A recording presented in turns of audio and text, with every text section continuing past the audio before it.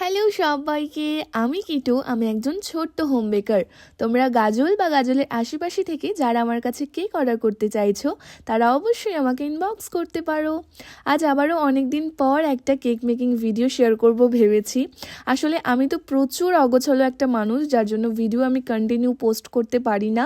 যা করি করি, না করি না করি, এরকম একটা অবস্থা আমার। যাই হোক, এবার কেকের মেন গল্পতে আসি। এই কেকটা অর্ডার করেছে আমার একটা রিপিট ক্লায়েন্ট, একটা দাদাভাইটা যে কোনো ওকেশনই আমার কাছ থেকেই কেক নেয়।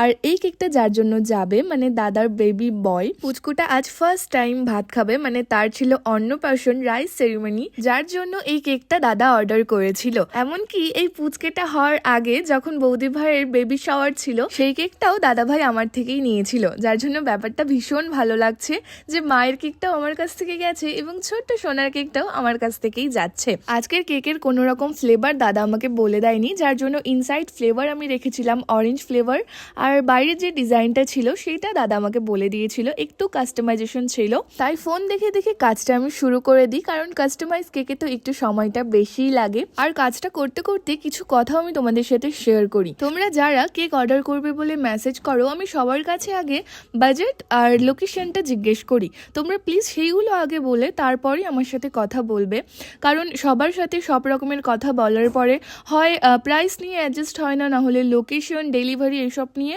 প্রচুর হ্যারেস্ট হতে হয়, যেটার জন্য আমার প্রচুর প্রবলেম হয়। কারণ তোমাদের সাথে 30 মিনিট 45 মিনিট ধরে কথা বলার পরে যখন সেটা তোমরা নেও না বা বেকার বেকার আমার সময়টা নষ্ট করো, যার জন্য অসুবিধাটা অবশ্যই আমারই হবে।